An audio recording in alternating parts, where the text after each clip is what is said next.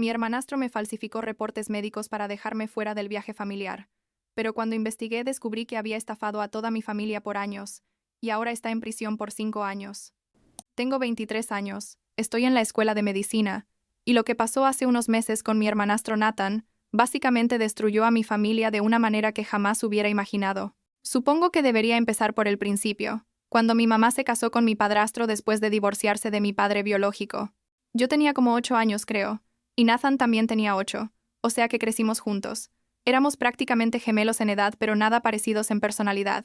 Mi padrastro es doctor, un hombre increíble, la verdad, y desde el primer día me trató como si fuera su hija de verdad. No sé, siempre estuvo ahí para mí en todo.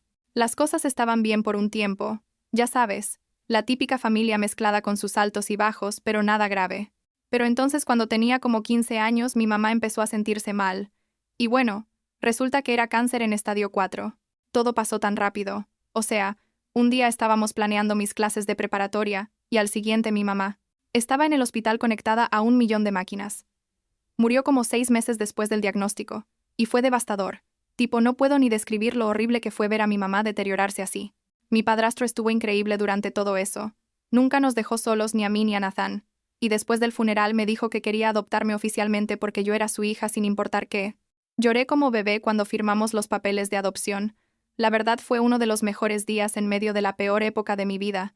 Nathan y yo siempre fuimos diferentes. ¿Me explico? Yo era la típica nerd que se mataba estudiando. Me encantaba la biología, y desde chica quería ser doctora como mi papá. Así le digo a mi padrastro, papá, porque es lo que es para mí. Nathan era más relajado, digamos, o al menos eso pensaba yo. Le gustaban los videojuegos, salía mucho con sus amigos, no era mal estudiante, pero tampoco le apasionaba la escuela como a mí. Mi papá siempre fue justo con los dos. Nunca nos trató diferente. Nos daba el mismo dinero para gastos, las mismas oportunidades, todo igual. Pero mirando hacia atrás ahora, creo que Nathan siempre sintió algo de celos, aunque nunca lo demostró abiertamente. Total que llegamos a la universidad, y yo me maté estudiando para entrar a medicina. Pasé el examen de admisión a la escuela de medicina en el primer intento. Literal, me puse a llorar cuando vi los resultados porque había trabajado tan duro para eso. Nathan también aplicó ese mismo año. Él quería estudiar ingeniería o algo así, pero no pasó el examen. Mi papá le dijo que no había problema, que podía intentarlo de nuevo al año siguiente, que no todos pasan a la primera tipo tratando de hacerlo sentir mejor, ¿sabes? Pero yo noté que Nathan estaba súper callado después de eso. No dijo nada malo, solo como que se encerró en su cuarto por varios días. Avancemos como 2 años después de eso. Yo ya estaba en segundo año de preso. Medicina. Estudiando como loca porque medicina es brutal. No sé si sabes, pero es tipo 24 séptimos de libros y prácticas y exámenes. Nathan supuestamente estaba en la universidad también. Estudiaba negocios o algo así según él. Mi papá le pagaba todo igual que a mí. Un día mi papá llegó a casa súper emocionado y dijo que quería llevarnos de vacaciones a Camboya, que siempre había querido ir y que sería el viaje perfecto para los tres. Yo estaba feliz. O sea, hacía años que no íbamos de vacaciones familiares en serio, y Camboya sonaba increíble. Pero entonces, como una semana antes del viaje, Nathan llegó a la casa con unos papeles médicos. Le dijo a mi papá que yo había ido al doctor por un chequeo de rutina, cosa que era verdad. Había ido como un mes antes, y que habían encontrado algo preocupante en mi corazón. Mi papá obviamente entró en pánico porque es doctor y sabe exactamente qué tan serias pueden ser las condiciones cardíacas. Nathan le mostró los reportes, que supuestamente decían que yo tenía algún tipo de condición cardíaca peligrosa y que viajar en avión por tantas horas podría ser mortal para mí. Los reportes se veían súper oficiales. Tenían el logo del hospital donde yo había ido, las firmas de los doctores, todo. Mi papá me llamó esa misma noche. Estaba tipo casi llorando, y me preguntó ¿por qué no le había dicho sobre mi condición cardíaca? Yo estaba confundidísima. Le dije, papá, ¿de qué hablas? Yo no tengo ningún problema del corazón. Mi chequeo salió perfecto. Pero él insistía en que Nathan le había mostrado los reportes médicos y que claramente decían que yo tenía una condición seria. Le pedí que me mandara fotos de los reportes, y cuando los vi, me quedé helada. Se veían legítimos, pero yo sabía que algo estaba mal porque literalmente acababa de tener mi chequeo, y todo había salido bien. Hasta había hablado con mi doctor sobre los resultados. Mi papá decidió que no podía arriesgarse a llevarme en ese viaje. Dijo que primero necesitábamos hacer más estudios y confirmar qué tan seria era mi condición. Traté de convencerlo de que algo estaba raro con esos reportes, Pero él estaba en modo doctor preocupado y no quería escuchar. Nathan dijo que entendía si querían cancelar el viaje, pero mi papá dijo, no, ustedes dos se merecen estas vacaciones. Yo me quedo con Rachel y hacemos los estudios. Pero Nathan insistió en que no, que mi papá debería ir porque había estado planeando esto por meses, y que yo estaría bien quedándome en casa unos días. La cosa es que mi papá se sentía súper culpable de dejarme. Pero Nathan siguió insistiendo, y al final mi papá cedió. Se fueron los dos a Camboya y yo me quedé en casa, oficialmente baneada del viaje por una condición cardíaca que yo sabía que no tenía. En cuanto se fueron, empecé a investigar.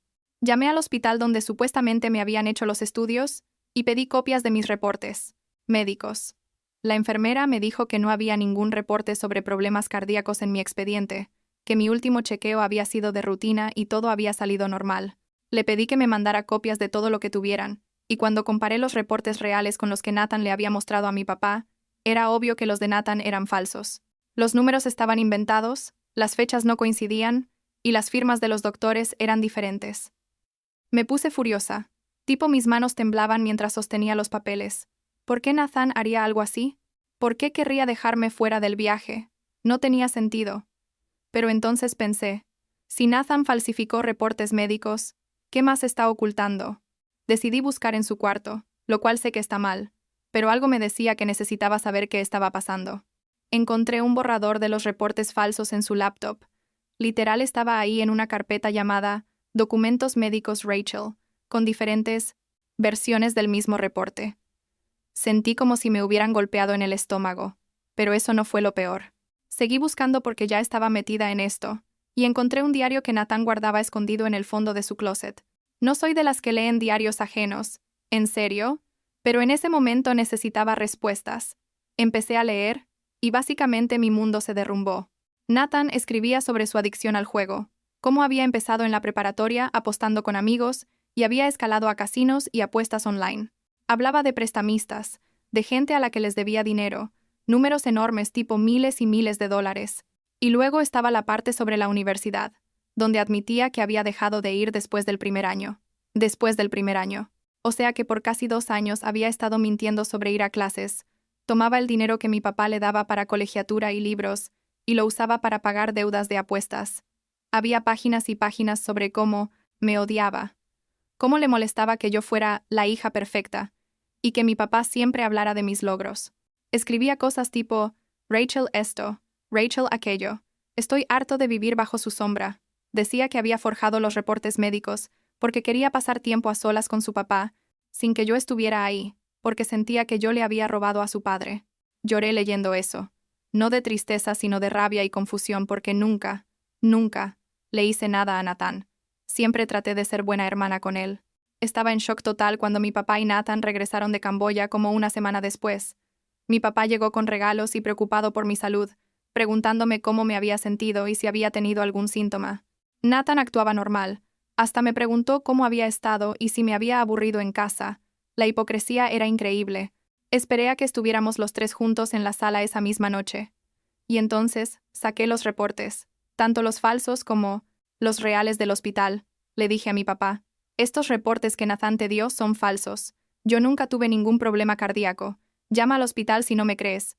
Mi papá tomó los papeles con las manos temblorosas y empezó a compararlos. Nathan se puso pálido. Literal vi cómo el color se le iba de la cara. Mi papá lo miró y le preguntó qué significaba esto, y Nathan trató de negarlo al principio. Dijo que debía haber un error, que tal vez se confundieron los reportes.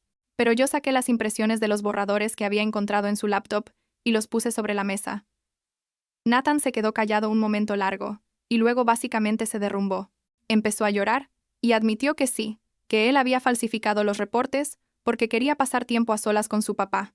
Porque sentía que desde que me adoptaron oficialmente, yo había tomado su lugar, que siempre era Rachel la inteligente, Rachel la que iba a ser doctora, Rachel la hija perfecta. Mi papá estaba destrozado, podía verlo en su cara. Le preguntó a Nathan cómo pudo hacer algo así, cómo pudo manipularlo de esa manera y lastimarme a mí. Nathan seguía llorando y pidiendo perdón, diciendo que estaba desesperado por atención, que solo quería sentir que su papá lo quería igual que a mí.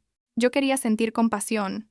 En serio, porque obviamente Nathan estaba sufriendo, pero también estaba furiosa, porque había jugado con la salud emocional de todos nosotros por celos. Mi papá le dijo a Nathan que esto era inaceptable, que falsificar documentos médicos era un crimen serio, y que necesitaban hablar sobre qué iba a pasar ahora. Pero entonces vi cómo Nathan me miraba, y había algo en sus ojos, tipo pánico, pero también reconocimiento. Se dio cuenta en ese momento de que, si yo había encontrado los borradores en su laptop, probablemente había encontrado más cosas.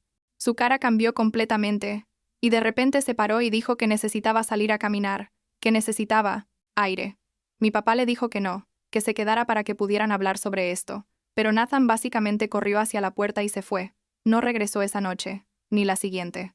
Resultó que Nathan se fue a quedarse con su tía, la hermana de mi papá, que vive como a 1 hora de nuestra casa. Le dijo a su tía que había tenido una pelea con su papá y que necesitaba un lugar donde quedarse unos días. Su tía lo recibió sin problema porque siempre ha sido súper buena gente. Nathan estuvo ahí como 3 días, actuando normal, ayudando en la casa, siendo el sobrino perfecto. Pero entonces una mañana su tía despertó, y Nathan ya no estaba, y tampoco estaba el dinero de emergencia que ella guardaba en su casa, como $2 en efectivo que tenía escondidos para cualquier cosa.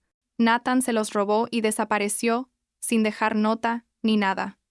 Su tía llamó a mi papá llorando, diciendo que no entendía qué había pasado, que Nathan parecía estar bien. Mi papá le contó todo lo de los reportes falsos y el diario, y fue ahí cuando las cosas realmente empezaron a salir a la luz. Mi papá empezó a investigar, llamó a la universidad donde Nathan supuestamente estudiaba y confirmó que efectivamente Nathan había dejado de asistir después del primer año. Le preguntó qué había pasado con el dinero de la colegiatura que él había pagado para los siguientes años, y resultó que Nathan había forjado documentos de inscripción para que mi papá siguiera mandando dinero, pero la universidad nunca lo había recibido. Nathan había estado desviando ese dinero directamente a su cuenta. Pasaron como 2 semanas sin saber nada de Nathan. Mi papá estaba destrozado, no dormía bien, apenas comía. Yo me sentía culpable, aunque sé que no era mi culpa, pero pensaba que tal vez si yo no hubiera existido en sus vidas, Nathan no hubiera hecho todo esto. Mi papá me aseguró que no tenía nada que ver conmigo, que los problemas de Nathan eran más profundos que simples. Celos. Entonces un día recibimos una llamada de los abuelos de Nathan, los papás de mi papá, que viven en otro estado. Dijeron que Nathan había aparecido en su casa hace unos días, que estaba muy delgado y se veía mal, que les había contado una historia sobre cómo mi papá lo había corrido de la casa y que estaba durmiendo en su auto. Pero eso no fue todo. Nathan les había mostrado documentos, supuestamente un testamento que mi papá había hecho donde dejaba todo su dinero y propiedades a mí, y nada a Nathan. Les dijo a sus abuelos que mi papá lo había desheredado completamente porque me prefería a mí, que necesitaba dinero desesperadamente porque no tenía dónde vivir ni cómo comer. Los abuelos, que son mayores, y obvio quieren ayudar a su nieto, le dieron un cheque por $50, $50,000, porque Nathan les dijo que necesitaba ese dinero para empezar una nueva vida, ya que su papá lo había abandonado. En cuanto tuvo el cheque, Nathan desapareció. De nuevo. Los abuelos intentaron llamarlo para ver cómo estaba, y se dieron cuenta de que Nathan había bloqueado sus números. Cuando los abuelos finalmente hablaron con mi papá y le contaron toda la historia, mi papá se puso lívido. Les explicó que todo era mentira, que no había ningún testamento nuevo, que él nunca había desheredado a Nathan, que los documentos eran falsos. Los abuelos estaban en shock, no podían creer que su nieto les hubiera mentido y manipulado así. Mi papá les dijo que cancelaran el cheque inmediatamente, pero ya era tarde, Nathan ya lo había cobrado. Mi papá tomó una decisión en ese momento. Publicó algo en Facebook explicando lo que Nathan había hecho, no con todos los detalles, pero básicamente advirtiendo a la familia y amigos que Nathan estaba manipulando gente y pidiendo dinero con historias falsas, que no le creyeran ni le dieran dinero. La publicación se hizo viral entre la familia y amigos, y ahí fue cuando más gente empezó a contar sus propias historias.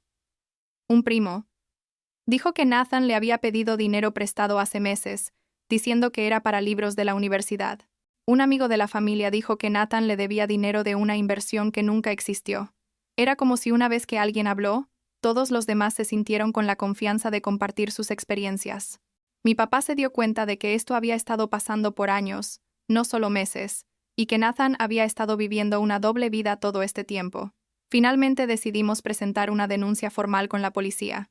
La tía presentó denuncia por robo, los abuelos por fraude y falsificación de documentos, y mi papá también presentó cargos por fraude, robo y falsificación de identidad. El detective que tomó el caso dijo que era uno de los casos más elaborados de fraude familiar que había visto, que Nathan había estado operando básicamente como un estafador profesional. Pasaron como 2 meses sin noticias, y entonces un día, la policía llamó diciendo que habían arrestado a Nathan por intento de robo a casa-habitación en otra ciudad. Aparentemente había intentado robar una casa pensando que estaba vacía, pero los dueños estaban ahí y llamaron a la policía. El cargo por ese robo terminó siendo retirado por falta de evidencia o algo así, pero al menos ya sabían dónde estaba Nathan. Con esa información la policía pudo proceder con los cargos que nosotros habíamos presentado. Arrestaron a Nathan oficialmente por fraude, robo, falsificación de documentos y usurpación de identidad. Hubo un juicio como 6 meses después, y fue horrible. O sea, verlo ahí en la corte con el uniforme naranja, esposado, fue surreal. La tía testificó sobre el dinero robado, los abuelos sobre el fraude con el testamento falso, mi papá sobre todo lo demás. Yo también tuve que testificar sobre los reportes médicos falsos. Nathan tenía un abogado público que trató de argumentar que Nathan tenía problemas de adicción y que necesitaba tratamiento no cárcel, pero el fiscal mostró todos los casos de manipulación y fraude y argumentó que Nathan había tenido múltiples oportunidades de pedir ayuda, pero en lugar de eso, eligió lastimar a su familia repetidamente. El jurado lo encontró culpable en todos los cargos. La sentencia fue 5 años en prisión. 5 años. Cuando el juez leyó la sentencia vi cómo mi papá se derrumbaba. Literal tenía lágrimas corriendo por su cara, pero no hacía ningún sonido. Nathan también lloraba. Miró hacia donde estábamos nosotros y trató de decir algo, pero el guardia se lo llevó antes de que pudiera. Salimos de la corte, y mi papá no habló en todo el camino a casa. Solo manejaba con las manos apretando el volante tan fuerte que sus nudillos estaban blancos. Como una semana después del juicio, Nathan pidió ver a mi papá en la prisión. Mi papá fue. Yo le pregunté si quería que lo acompañara, pero dijo que necesitaba hacer esto solo. Cuando regresó me contó lo que Nathan le había dicho. Básicamente Nathan admitió que su adicción al juego había empezado en la preparatoria, que al principio era solo por diversión con amigos pero luego no podía parar. Dijo que la primera vez que ganó una cantidad grande de dinero, sintió una emoción que nunca había sentido antes, y después de eso siempre estaba persiguiendo esa sensación. Cuando empezó a perder dinero, pensó que solo necesitaba ganar una vez más para recuperar todo, pero obviamente nunca funciona así. Las deudas crecieron, los prestamistas empezaron a amenazarlo, y Nathan entró en pánico. Por eso dejó la universidad. Estaba usando el dinero de la colegiatura para pagar deudas y apuestas. Y los celos hacia mí. Bueno, dijo que ver que yo tenía éxito mientras él se hundía más, y más hizo todo peor, que sentía que la única manera de tener la atención de su papá era sacándome a mí de la ecuación. Mi papá me contó todo esto con lágrimas, en los ojos, y me dijo que se sentía como un fracaso como padre, que debió haber visto las señales, que debió haber sabido que su hijo estaba sufriendo. Le dije que no era su culpa, que Nathan había tomado sus propias decisiones, y que había elegido mentir y manipular en lugar de pedir ayuda. Pero sé que mi papá todavía carga con esa culpa. Puedo verlo en cómo a veces se queda viendo fotos viejas de cuando Nathan era niño, antes de que todo se complicara. Han pasado como 6 meses desde el juicio. Nathan me escribió una carta desde la prisión hace unas semanas. Era larga, como 5 páginas escritas a mano, pidiendo perdón por todo. Dijo que entiende si nunca lo perdono, que no espera que lo haga, pero que quería que supiera que estaba genuinamente arrepentido. Escribió sobre cómo la prisión le ha dado tiempo para pensar, que está asistiendo a terapia ahí y a reuniones de adictos anónimos, que está tratando de ser mejor persona. Al final de la carta me preguntó si algún día, cuando salga, podríamos tal vez hablar, no para volver a ser hermanos necesariamente, pero para tener algún tipo de cierre. No sé. La verdad es que parte de mí todavía está furiosa con él por todo lo que hizo, por cómo lastimó a mi papá, a su tía, a sus abuelos, a mí, pero otra parte de mí siente lástima porque Nathan claramente estaba sufriendo y no supo cómo pedir ayuda. Le respondí la carta la semana pasada. No fue nada largo. Básicamente le dije que aprecio su disculpa y que me alegra que esté buscando ayuda, pero que necesito tiempo. No sé si algún día podremos reconstruir algún tipo de relación, pero al menos estoy dispuesta a mantener la puerta abierta a esa posibilidad. Fui a visitarlo a la prisión hace unos días. Fue súper raro verlo ahí, con el uniforme de la prisión, el vidrio entre nosotros, hablando por teléfono como en las películas. Se veía diferente, más delgado, con ojeras, pero también como más tranquilo de alguna. Hablamos por 30 minutos, que es el tiempo máximo permitido para visitas. Me contó sobre sus clases en la prisión. Está tomando cursos de GED porque nunca terminó su educación. Le pregunté qué planes tiene para cuando salga, y dijo que no lo sabe, que primero necesita enfocarse en terminar su sentencia y trabajar en su recuperación.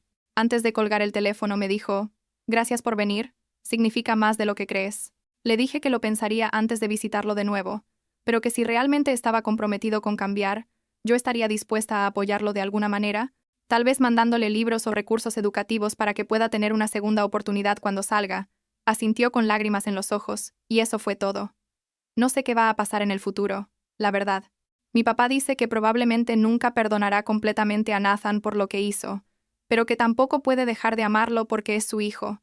Yo estoy en algún punto intermedio, supongo. Todavía me duele pensar en todo lo que pasó, en cómo Nathan nos traicionó tan sistemáticamente. Pero también entiendo que la adicción es una enfermedad y que Nathan necesita ayuda. No solo castigo. Por ahora estoy enfocándome en terminar la escuela de medicina, apoyar a mi papá que todavía está procesando todo esto, y tratar de seguir adelante. Tal vez algún día Nathan y yo podamos tener algún tipo de relación. O tal vez no. El tiempo dirá.